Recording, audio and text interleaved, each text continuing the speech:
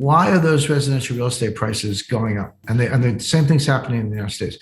The answer is that there is an exodus, and I don't think that's too strong a word, out of the cities.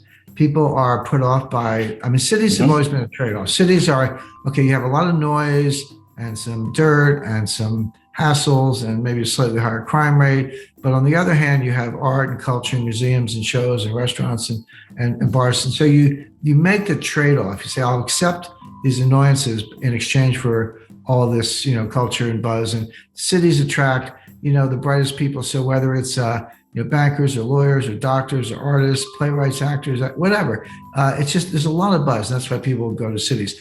With these lockdowns, we've amplified all the negatives and taken away all the positives.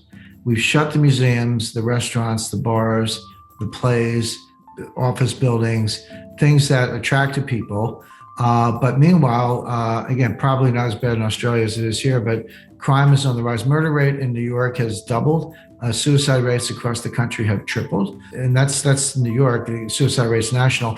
There are all these dysfunctions, and a lot of them, and of course, when you have highly concentrated populations, which you do in cities, a lot of that's worse. So what people are doing, I say people, it's the people who can afford it. They're getting out of the cities and they're going to nearby suburbs or even further out, what we call exurbs, which are, the next ring beyond the suburbs. And so there is that demand for housing. I'd be willing to bet money that the place you're describing is a pretty attractive neighborhood. So they're booming, and the same thing's true in the United States. But what's the other side of that? We're depopulating our cities. Cities are the greatest wealth generating phenomena in the history of civilization. That's what civilization means. It means cities. And so if we're depopulating and draining our wealth creating engine, what does that do to the economy in the long run? So as an individual choice, it makes sense and I understand it. But the macro effect is we're depopulating these wealth generating places. Just take any downtown area. It could be Melbourne or Adelaide or Sydney or New York for that matter. If there's an attractive downtown office building, let's say you're a large company, insurance company, whatever, and you used to have 10 floors as your corporate headquarters. Well, now everyone's been working from home for almost a year. That's nothing that anyone would have recommended, a year ago, but we were forced to do it. And guess what? It works. Employers and employees are finding that, hey, it works. You can communicate and get stuff done, and maybe there's some attractions to it. So this work from home thing is here to stay. Companies will do, they'll say, well, instead of 10 floors, I only need 2 floors, and I'll have attractive offices, but you'll reserve them. You'll call up and say, hey, I need an office 2 days next week to meet some clients. Done. They'll build locker rooms. They won't be like high school locker rooms. They'll be very attractive. You'll keep your laptop and your sweater and your scarf or whatever in your locker. You'll show up, take your stuff out of your locker. Some receptionist will tell you which office is yours for those 2 days. Set yourself up, meet your clients, go home and work from home. What does that mean? If you cut commercial real estate capacity or utilization by 80%, we'll start with the cleaning crew and the reception, but what about the food trucks, the restaurants, the shopping, the public transportation, drinks after work, on and on and on, all the things that are ancillary to that downtown office location. You cut that by 50 to 80%. What is that doing to your economy? So these are examples. And by the way, this will take a year to play out. This is not an overnight thing. So the tenants are not paying rent. If they are, they've called up and negotiated a 50% increase. I have some involvement in commercial real estate, and I see this in real time. So rents are down by perhaps half or all the way to zero if they're not paying. And everyone says, well, landlords are rich. No, they're not. The landlords take the rents, but they have mortgages. So if the tenants aren't paying the landlords can't pay the mortgagee, and that falls on the banks, right? Except the banks are clever. They've securitized it and sold it probably to you and me, right? We have our 401ks like a superannuation fund, but you look in the fund and do you have some, commercial real estate REIT or something that Morgan Stanley sold you? Well, maybe you do. And what's inside? No one knows, but take a look. But that ripple effect I just described can take a year to play out. So we haven't seen the end of this. So the bottom line on all this is that interest rates are going up in anticipation of inflation based on handouts. The reality is the handouts are not being spent, they're being saved, which does nothing for inflation. And it's also not sustainable, which is what are you going to do? Hand out a $2 trillion deficit spending package every 6 months? Because that's kind of what we've been doing since last summer. And they keep saying, well, this is the last one. It'll be sustainable. It's not sustainable. It's a handout and people need the money. But if they put it in the bank, which they're doing, this is a classic liquidity trap. So what's going to happen? Yeah. But meanwhile, the interest rates are going up, perhaps for the wrong reason, but they're going up. That's going to slow the economy further. We're already seeing mortgage applications dry up. We're seeing the housing bubble, not bubble, but pretty steep increase in residential housing starting to level up. So by, hard to say, but I would say by March or April, this whole thing is going to go in reverse. Everything we just talked about is going to go in reverse. The economy is not going to have the traction. Unemployment is going to remain high. Velocity is going to continue to drop. There's not going to be any inflation.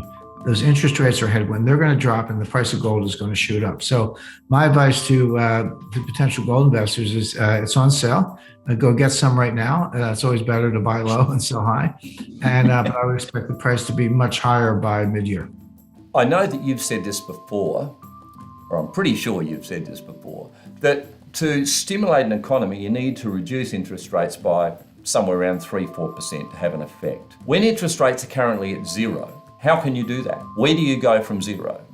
Well, a couple of things. The short answer is you can't. You in theory, you can go to negative rates, but negative rates don't work. We have experience from the ECB, Sweden, Japan, Switzerland, and elsewhere that negative rates don't work. They're negative rates, but they don't. It's not more of the same. Cutting rates from 3% to zero has a beneficial effect, but cutting them from 0 to -1.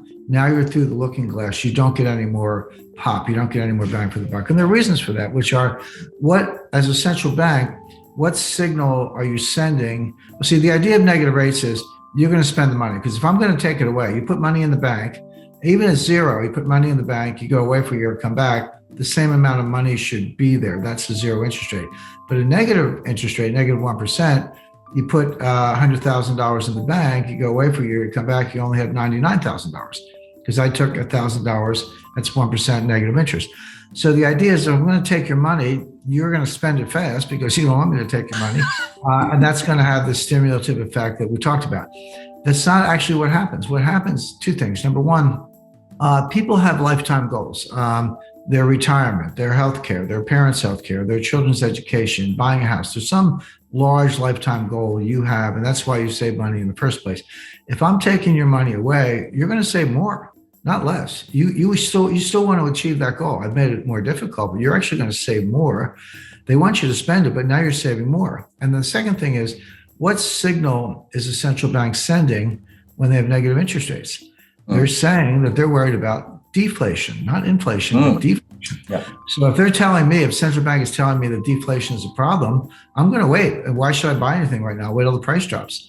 And by the way, a negative interest rate, -1%, in my example, is a nominal phenomena. But in real terms, if you have deflation, my money is worth more.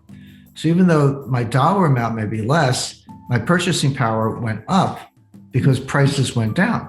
And so that's why negative interest rates don't work, because A, you're sending a deflation signal, so people defer spending, and B, they have lifetime goals, so they actually save more. So negative rates don't work. So you're right, you're stuck at 0, there you are. Pardon me, you can do QE, you can do quantitative easing. And usually what happens is they hand the ball over, I don't know if it's a rugby match or whatever, but they hand the ball from monetary policy, which is now impotent, to fiscal policy, which is deficit spending. But there you have other kinds of headwinds having to do with very high debt levels. More to the point, in terms of what a central bank can actually do, they can't stimulate. They can print money, and governments can spend money and incur deficit spending. But again, none of it does any good if people don't actually spend it, and that's a psychological phenomenon. And the Fed or the Reserve Bank of Australia or any central bank can print money, no doubt about it, but they can't change people's psychology. We had an external shock, an exogenous shock in the form of the pandemic that caused people to stop spending, save more, or they were unemployed. Or if you're the unemployed individual, you're not taking your friends out for dinner these days. You're putting money in the bank, and even if you still have your job, you're going to save money. because you're worried you might be next. You might be the next one to get laid off, or your company might shut down next week or next month. And so you're going to save more. It's what economists call precautionary savings, or, in plain English, saving for a rainy day. And that's what's going on. It's going on all over the world.